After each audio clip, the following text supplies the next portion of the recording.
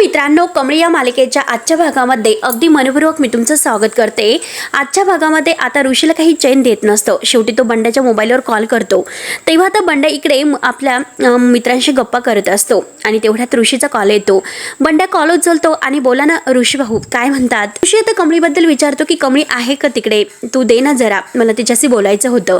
बंड्या म्हणतो की ठीक आहे मी देतो। तेवढ्यात बंड्या मात्र आता निंगी आणि कमळी जिथे उभे आहेत तर तेथे येतो आणि कमळीला म्हणतो की कमळे, कमळे, अगं ऋषी भाऊंचा फोन आलेला आहे, मी देतोय। तेव्हा आता कमळी फोन घेते, हॅलो म्हणते। ऋषी विचारतो की कमळी तू कशी आहे?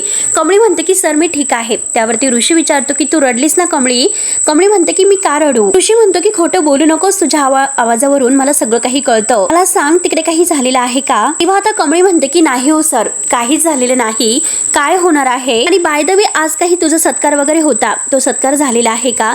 तू खुश आहे का? तेव्हा कमळी फक्त हो असं करते आणि मी खुश आहे असं म्हणते। आणि हे बघा ऋषी सर, तुम्ही मला प्लीज फोन करू नका आता परत, कारण नयनतारा मॅडम चिडतील। तेव्हा आता ऋषी म्हणतो की कमळी, अगं काय हे लावलंस तू सतत? मात्र आईला हे आवडणार नाही, आईला ते आवडणार नाही, माझी काही मतं वगैरे आहे की नाही, स्वतः काही निर्णय घेऊ शकतो की नाही, आता लहान आहे का आता की प्रत्येक जण मला येऊन समजवतात? आणि हे बघ आता ऋषी चिडलेला असतो, तो परत सॉरी म्हणतो आणि म्हणतो की खरंच मला तुझ्यावर चिडायचं नव्हतं। आणि हे बघ कमळी, मी तुझी काळजी खरंच थांबवू शकत नाही, मला एक गोष्ट सांग, तू मुंबईला कधी येणार आहे बरं? तेव्हा आता कमळी म्हणते की खरंच मी अजून नाही ठरवलं। त्यावरती ऋषी म्हणतो की ठरवलं नाही म्हणजे? अगं तू कमळी असं का करते, तू माझ्याशी नीट बोलायचं नाही असंच ठरवलेलं आहे का? तेव्हा आता कमळी म्हणते की नाही हो सर, असं काहीच नाही, हे बघा मी काय म्हणतो, मला काम आहे, मी नंतर बोलते आणि मी आता फोन ठेवते। आता कमळी नयनतारा रागवेल म्हणून आता मुद्दाम फोन ठेवून देते। आता ऋषीला खूप टेन्शन येतं, तो वैतागतो आणि तो हॅलो हॅलो कमळी म्हणत असतो, पण कमळीने फोन ठेवलेला असतो।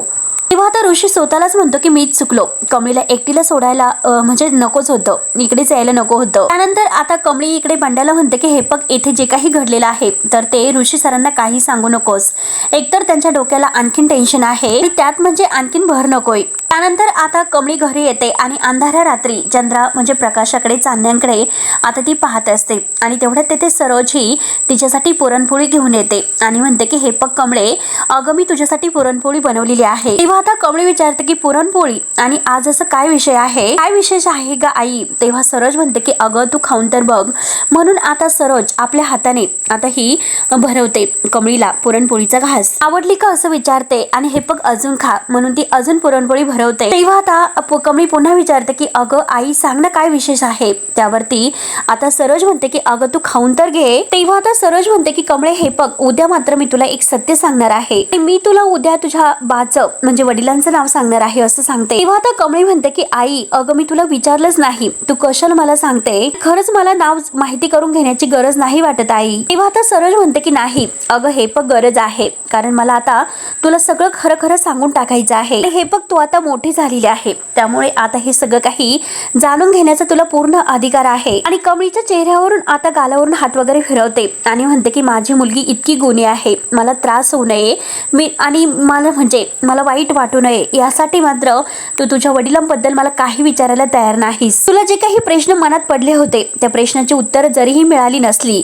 तरी सुद्धा तू कधीही आपल्या आईला ते बोलून नाही दाखवले। आता किती काही झालं तरी हे सत्य मी नाही लपवून ठेवू शकत, तुला सुद्धा तुझा बाप नक्की आहे तरी कोण हे कळालं पाहिजे असं तुला नाही वाटत का? त्यावरती कमळी म्हणते की आई, कमळी म्हणते की हे बघ आई, मला सुद्धा त्याबद्दल असं वाटलं होतं आणि दुपारी सुद्धा माझ्या मनात हे आले होते, खरंच आता आतापर्यंत मला कधीच हे तुला विचारावं असं नाही वाटलं। म्हणजे हे बघ लहानपणी सगळ्या मुलांचे वडील त्यांना सोडवायला येत होते, शाळेत येताना मात्र तू मला सोडवायला यायची आणि घ्यायला सुद्धा यायची। हे बघ आपल्या गावामध्ये जर कुठली जत्रा असली तर ती सगळी काही मुलं आपल्या वडिलांना घेऊन यायची, मी तर काय फक्त तुझ्या बरोबर फिरायचे। जेव्हा मी आजारी पडलो त्यावेळेस रात्री तू माझ्या शेजारी असायची, माझा कोणताही हट्ट असेल तर तो तू पूर्ण करायची, जेव्हा मी चुकायचे तेव्हा तू माझ्यावर ओरडायची, तेव्हा मला असं कधीच काही वाटलं नव्हतं की माझ्या आयुष्यामध्ये कशाची कमी आहे म्हणून। म्हणजे हे बघ तुम्हाला आई आणि आबा हे दोघांचं प्रेम दिलेलं आहे आणि आबा सुद्धा होतेच, तर त्यामुळे माझ्या आयुष्यामध्ये काहीतरी कमी आहे असं मला कधीही वाटलेलं नाही। तेव्हा आता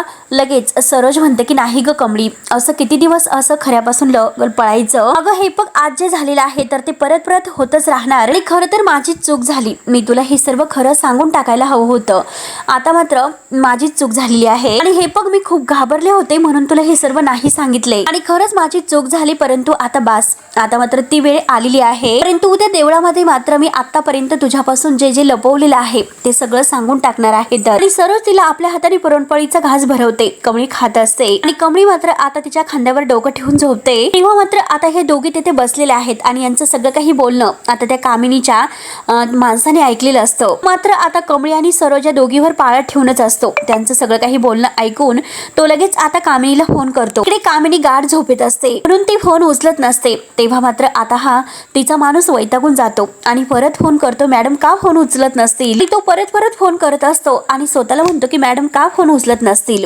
त्यानंतर आता कमळी आणि सरोज सुद्धा आता झोपलेले आहेत।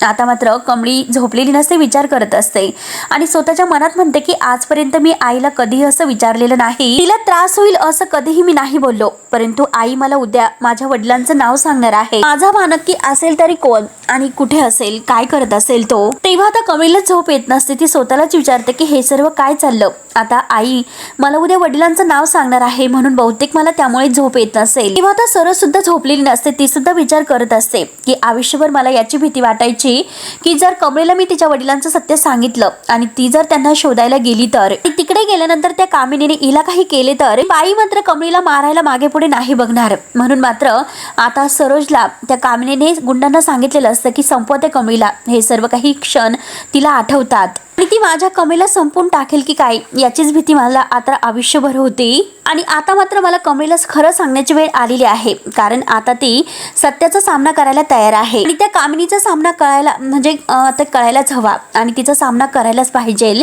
आणि आता मात्र कमळीला हे सर्व सांगण्याची वेळ आलेली आहे असे आता सरोजने सुद्धा ठरवलेले असते। त्यानंतर मात्र इकडे रोहित आता फोनवर बोलत आहे आणि तो मेल मी चेक करतो। त्यानंतर आता तेथे तेवढ्यात ऋषी येतो, ऋषी त्याच्याकडे आता बघतच असतो। रोहित विचारतो की काय रे काय झालं, तेव्हा ऋषी रागाने विचारतो की काय रे काय झालं म्हणजे, आणि तुझी हिंमत तरी कशी होती हे सर्व विचारण्याची, की नक्की झालं तरी काय, आणि तुम्हाला काय म्हटलं होतं की मी सगळं काही मॅनेज करतो, आईशी बोलतो आणि तू तर खोटं बोलला। रोहित म्हणतो की मी तुझ्याशी खोटं बोललो, काय बोललो असं विचारतो। तेव्हा आता ऋषी म्हणतो की तुला तर चांगलंच माहिती आहे की मला कमळीची किती काळजी आहे, आणि ऋषी आता पुन्हा म्हणत आहे की तू आईसमोर मात्र काहीतरी वेगळंच बोलतो।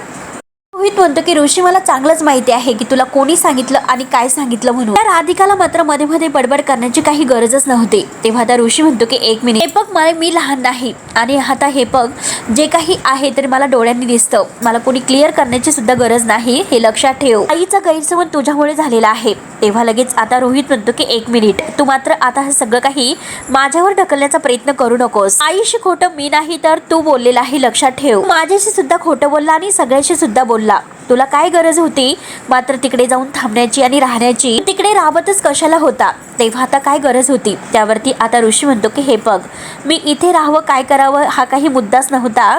ऋषी म्हणतो की मी आता खरं बोललो होतो आणि मी तुला स्पष्ट सांगितलं होतं की आईशी बोलू नको, तरी सुद्धा तू आईशी का बोलला। तेव्हा रोहित म्हणतो की तू जर खरं बोलला असता तर आईने तुला तिकडे जाऊन दिलं असतं का, नाही ना, हे मात्र तुझं बरं आहे। आणि हे बघ ऋषी, ज्याचं करायला जावं खरं बरं आणि तो म्हणतो की माझंच खरं, आणि हे बघ ऋषी तू त्या कमळीमध्ये जरा जास्तच गुंतत चाललेला आहे, आणि नाही तुला तर मात्र आता तिकडे जाऊन तू परत येऊ शकला असता, परंतु तुला तर तुझी लव्ह स्टोरी तिकडे पूर्ण करायची होती, गावछापने मात्र तुझ्यावर काय जादू केली तेच कळत नाही। ऋषीला आता खूप राग येतो, ऋषी म्हणतो की भास्कर दादा, आता ऋषी रागाने म्हणतो की आता कमळीबद्दल एकही शब्द मात्र तू काढायचा नाही, लक्षात ठेव। रोहित म्हणतो की का काढायचा नाही तिच्याबद्दल शब्द, ती फार स्पेशल आहे का आणि तिचं ती बघून घेईल, तू कशाला तिच्यामध्ये टाइम वेस्ट करतो। तेव्हा आता ऋषीला राग येतो, ऋषी रागाने म्हणतो की तुझ्या बरोबर बोलणंच अवघड आहे, परंतु आता ऋषी रागाने बाहेर जातो तर आता रोहितला खूपच आनंद होतो। रोहित म्हणतो की आता भूत पहाड के नीचे, आणि शेवटी माझं काम झालेलं आहे, आता आई मात्र तुझ्यावर विश्वास नाही ठेवणार। त्यानंतर आता इकडे मात्र कामिनीचा जो काही माणूस आहे तर तो आता दुसऱ्या दिवशी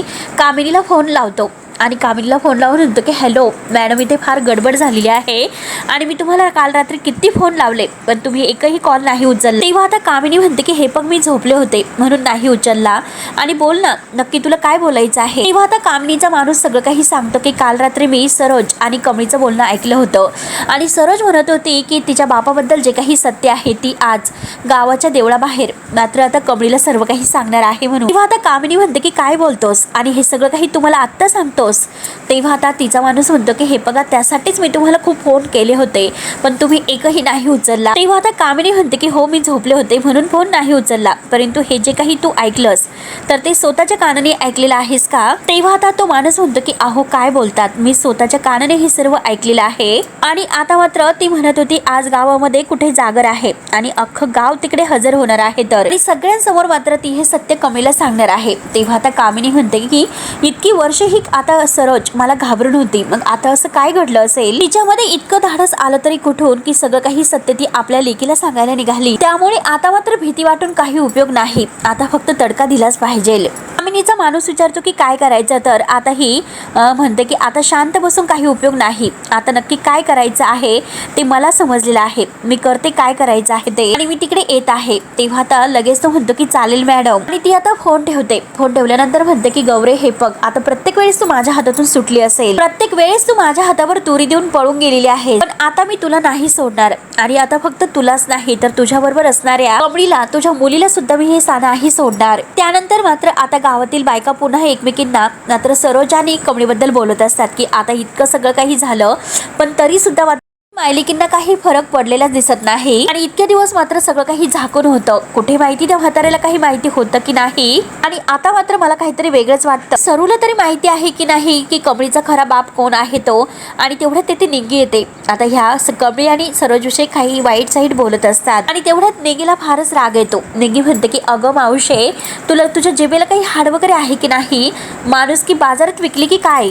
जो तो येतो त्यांना बोलतो. आजपर्यंत त्या दोघींनी काय काय सोसलेलं आहे याची कल्पना आहे का तुम्हाला दोघींना? तेवढ्यात ती मावशी म्हणते की आम्हाला काही माहिती सुद्धा करून घ्यायचं नाही, ते न कळणे इतकं आम्ही काही तुला वेडे वाटलो का? तेव्हा निंगी म्हणते की हो, मी तर असं बोलतात असं वागतात की सरोज काकीने तुमचं काहीतरी नुकसान केलेलं आहे. आणि तेवढ्यात आता त्या काकू म्हणतात की अगं हे बघ, आमचं काही बदनामी वगैरे नाही होत, अगं गावामध्ये ही सगळी चर्चा सुरू होत आहे म्हणूनच मात्र आम्ही हे सगळं बोलतोय. आता आम्हाला काय करायचं, काही घेणं आणि देणं आहे का आमचं? आणि हे बघ ती कसे वागली, काय केलं तिने, आम्हाला काय करायचं तिच्याबद्दल? तेव्हा तर निंगी म्हणते की हो ना, तुम्ही जर आता खूपच खरे बोलतात का, त्यांच्यासारखं जर जगता आलं असतं तर मात्र तुम्ही असं दुसऱ्याच्या जगण्यावर बोट ठेवलं नसतं. आणि तेवढ्यात त्या आजी म्हणतात की निंगे, अगं अशा जर बायका गावात राहिल्या तर आमच्या मुलीवर सुद्धा चुकीचे संस्कार होतील ना. तेव्हा आता निंगी म्हणते की हे बघा शांता मावशी, तुमच्या पोरींना जर सरू काकीकडून एकच गोष्ट शिकायची असेल तर ते सांगा, कितीही संकट आली, कितीही काही झालं तरी आपल्या लेकीची साथ कधीही सोडायची नाही. तुमच्याकडून असे संस्कार घेण्यापेक्षा ते बरं राहील. आणि आता मात्र त्या दुसऱ्या काकू आहे तर त्या निंगीला फारच रागवतात आणि तुझ्याकडे बघतो असे म्हणून त्या निंगीला मारण्यासाठी हात वर उचलतात. आणि तेवढ्या तेथे कमळी येते. कमळी मात्र त्या काकूंचा हात धरते आणि सरस सुद्धा आलेली असते. तर कमळी रागाने म्हणते की बाद झालं काकी, खूप काही बोलल्यात, आता बास करा. तर आता त्या काकू म्हणतात की आल्या बघा, मायलेकी आल्या. एवढं सगळं होऊन सुद्धा गावामध्ये तोंड वर करून फिरायला सुद्धा लाजा वाटत नाही यांना. आता शांता मावशी म्हणते की आता आलेले आहेत ना, मग विचार ना त्यांना खरं काय आहे. शांता मावशी लगेच सरोजला म्हणते की का लपवलं तू इतक्या दिवस, आणि हिच्या जागी जर दुसरं कोणी असतं तर गावामध्ये असं तोंड वर करून फिरलं सुद्धा नसतं. तेव्हा आता कमळी म्हणते की खरंच मला तुमची कीव येते, काय खरं आणि काय खोटं हे जाणून घेण्यापेक्षा मात्र चूक त्या माणसाची आहे, ते सगळं काही एकटीने भोगायचं, असं का करायचं? आणि काय हो, तुम्ही सुद्धा स्वतः एक बाई आहात, मग एक बाई असून आता मात्र दुसऱ्या बाईला असं बोलतात. तेव्हा आता ते काकू म्हणतात की हे बघ कमळे, तू मात्र तिची बाजू घेऊन बोलतेस ग, जशी आई तशीच लेक, असं आता जेव्हा म्हणते तेव्हा कमळीला फारच राग येतो. ती तिची पोरगी आहे म्हणून बोलत नसते, तर मी सुद्धा एक बाई आहे म्हणून बोलते. मात्र आता कमळी सरोजच्या हाताला धरते आणि त्या बायकासमोर उभं करून विचारते, आता सांगा, ही माझी आई आहे, मग हिच्यासारखं तुमच्या कोणी एकट्या पोराला वाढवलेलं आहे का? आणि आजपर्यंत तुम्ही माझ्या आईला कितीही नावं ठेवा, त्याच्या चरित्रावर चिखल फेकण्याचा प्रयत्न करा, माझ्यासाठी माझी आई देवच आहे. हे बघा, तुम्हाला माझ्या आईबद्दल सगळं सत्य जाणून घ्यायचं आहे ना, सगळ्या प्रश्नांची उत्तर हवी आहे तर या देवळामध्ये चूक आणि कोण बरोबर हे सगळं आणि कोणी किती काय काय सोसलेलं आहे सगळ्यांना मी सगळं सांगणार आहे. तेव्हा आता लगेच ती काकू म्हणते की चला, यांचं काय ऐकत बसल्या, आपण मात्र आपली सगळी काही काम करू चला. त्यानंतर इकडे कामिनी आता स्वतःला म्हणत असते की इतकी वर्ष ही म्हातारी जिच्या मोठ्या नातीची वाट बघत होती, तर तिची मोठी नात कमळी आहे. आणि हे जर सगळं अन्नपूर्णेला कळलं तर माझी काहीच खैर नाही. आणि तिकडे मात्र तिची आई आज तिला हे सर्व सत्य सांगणार आहे. तर ती जे सत्य सांगणार आहे हे राजन आणि अन्नपूर्णा हे दोघांना जर समजले त्यामुळे असं काही व्हायला नको. जे सत्य आहे तर तेथे दडपून टाकायला हवं. ते सांगणारीला सुद्धा आणि सत्य ऐकणारीला सुद्धा या दोघींचा काहीतरी मला काटा काढावा लागेल. आणि लगेच कपाटातून बंदूक घेते आणि आता म्हणते की आजपर्यंत हा खेळ मी खेळत आले, पण माझा खेळ मात्र मी कमळीला नाही उधळून देणार असे ती आता ठरवते. हे सगळं शेवटी मीच उधळून लावणार आहे असे ठरवते. तर मित्रांनो, हा भाग येथे संपतो. पुढे नक्की काय होणार आहे हे बघायला विसरू नका. तोपर्यंत धन्यवाद.